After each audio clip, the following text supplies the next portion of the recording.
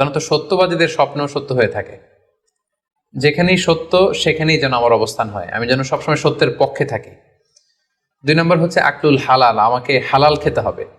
যারা হালাল খায় তাদের স্বপ্ন সাধারণত সত্য হয় এবং অর্থবহ স্বপ্ন হয়। কেউ যদি রাতে খারাপ বা ভয়ঙ্কর কোনো স্বপ্ন দেখে, ফালিয়াতা হাওয়াল, সে যেন তার বিছানা চেঞ্জ করে নেয়, জায়গা চেঞ্জ করে নেয়।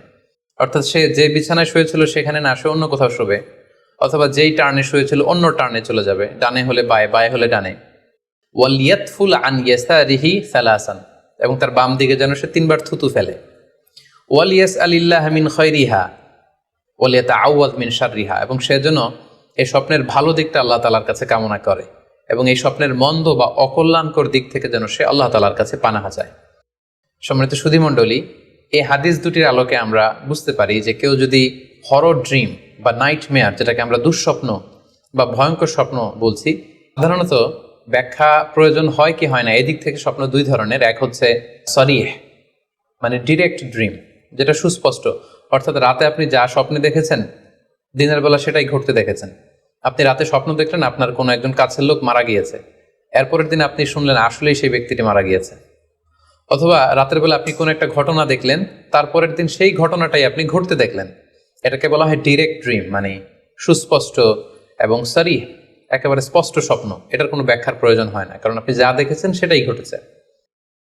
আরেকটা প্রকার হচ্ছে গয়রু সরিহ, মানে যেটা স্পষ্ট নয়, ইনডিরেক্ট ড্রিম, যেটা অস্পষ্ট।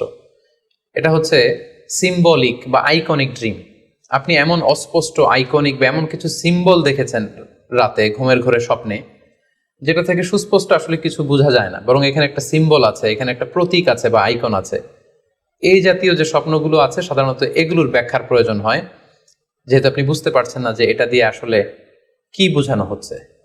সম্মানিত সুধী, এ পর্যায়ে আমরা জানার চেষ্টা করব যে সত্য স্বপ্নের আলামত কি কি, অর্থাৎ কিভাবে বুঝবো যে আমি যে স্বপ্নটা দেখেছি এই স্বপ্নটা সত্য কিনা বা অর্থবহ কিনা। অনেকে আমাদের কাছে জানতে চায় যে আমি এই স্বপ্নটা দেখেছি, এটা কি সত্য স্বপ্ন, এটা কি অর্থবহ স্বপ্ন, বা এটা কি আল্লাহর পক্ষ থেকে কোনো গাইডেন্সমূলক বা দিক নির্দেশনা বা সুসংবাদমূলক স্বপ্ন।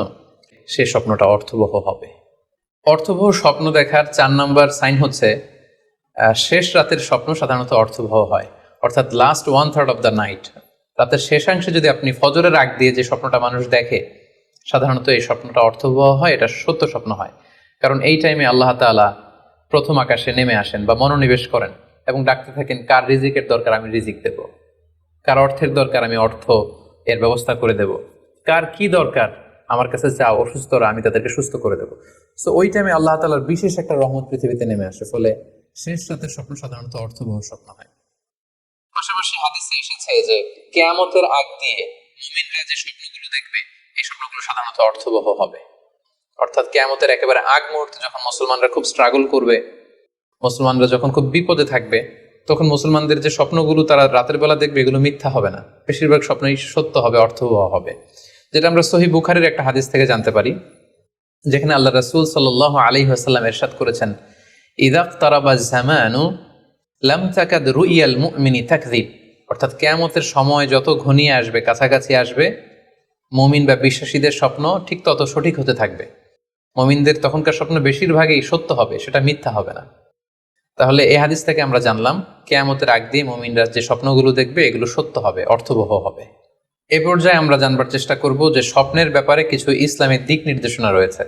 আমরা যদি এই দিক নির্দেশনাগুলো, গাইডেন্সগুলো মেনে চলি, তাহলে স্বপ্ন নিয়ে আমাদের খুব একটা কনফিউশনে থাকতে হবে না। সেক্ষেত্রে প্রথম গাইডলাইন হচ্ছে